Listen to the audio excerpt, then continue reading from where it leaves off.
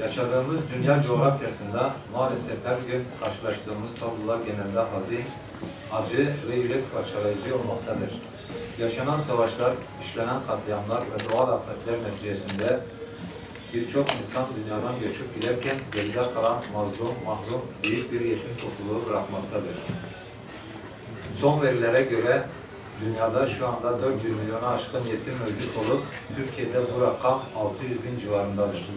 Ve maalesef yaşananlar bu sayıyı her geçen gün daha da arttırmaktadır. Bölgemizde maalesef yaşanan olaylardan etkilenmekte olup özellikle de Suriye'den göç edip hususen bölgeye yerleşen muhacir kardeşlerimizin artan sayısı ve yetim kalmış çocuklarla büyük bir trajediye şahitlik etmekteyiz. Başta inancımız, sonra da insaniyet namına bu kimsesizlere sahip çıkmak büyük bir hayır ve erdemli bir tavır olacaktır. Değerli basın mensupları, işte bizler de yetimler olarak 2009 yılından bu yana başta yetimler olmak üzere tüm kimsesiz ve muhtaç ihtiyaç sahibi insanlarımıza ulaşabilmek adına imkanlarımızın el verdiği ölçüde umut edebilmek için yola çıkmış bir hayır kervanıyız. Bu faaliyetleri öncelikle inancımızın bir gereği, yani Rabbimizin ayetlerinde ve Efendimiz Aleyhisselatü Vesselam'ın hadislerindeki emirler doğrultusunda ahiret saadetimiz için gerçekleştirirken, öte yandan yaşadığımız toplumda sosyal huzur ve barış ortamını tahsis etmek amacıyla icra etmekteyiz. Ancak bu faaliyetleri yürütürken en önemli konu maddi imkanlar olarak karşımıza çıkmaktadır. Bu imkanlara sahip olup yetim kardeşlerimizin ihtiyaç ve sıkıntılarına çare olabilmek için de hayırsever halkımıza başvurmakta ve desteklerini beklemekteyiz. Bu anlamda toplumda bir yetim şuuru ve hassasiyeti oluşturabilmek için bu etkinlikleri tertip etmekteyiz. İşte bu amaçla organize ettiğimiz ve nasip olursa pazar günü gerçekleştireceğimiz konser etkinliğinde bu düşünceyle hazırlanmıştır.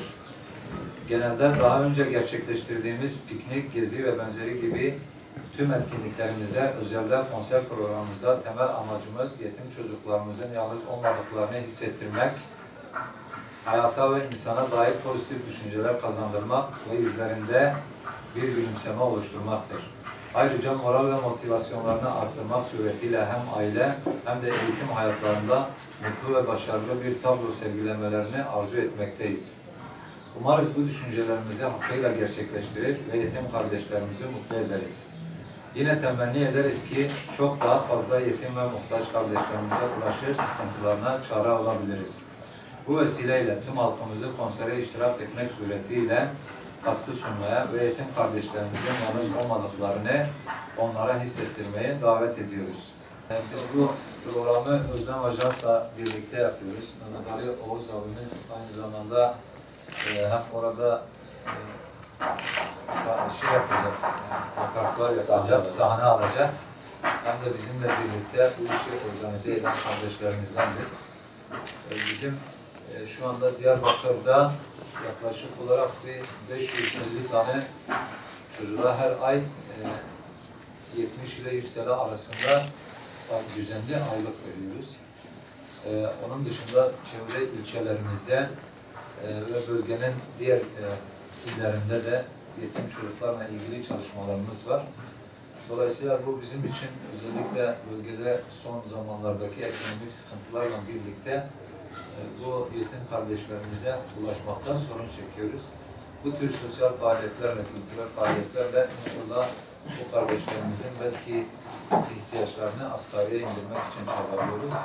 Hani bölgede gerçekten sesimizi duyurmakta zorluk çekiyoruz. Özellikle yani belki hepimizin hangi fikir, düşünceye, ideolojiye sahip olursak olalım, bu yetimlere sahip çıkma noktasında belki ortak bir payda oluşturabilir.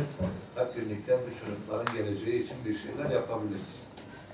Sanatçılarımız sağ olsunlar, hiçbir bizden bir ücret talep etmediler. Onlar da bu yetimleri başlarına okşamak için, onlar da bu hayır kervanında çorbalar, tuzlar olmaları için bize destek oldular. Konser 26 Mart'ta saat 1'de başlayacak inşallah. Seyrantepe Kapalı Spor Salonu'nda olacak. Sanatçılar Ender Tekin, Muzaffer Gürler, Bilal Güler, Mehmet Ali Yavuz abimiz, Mustafa Altınsok ve Grup Tilmo inşallah bizimle birlikte olacak. Ayrıca bir şiir dinletimiz de olacak.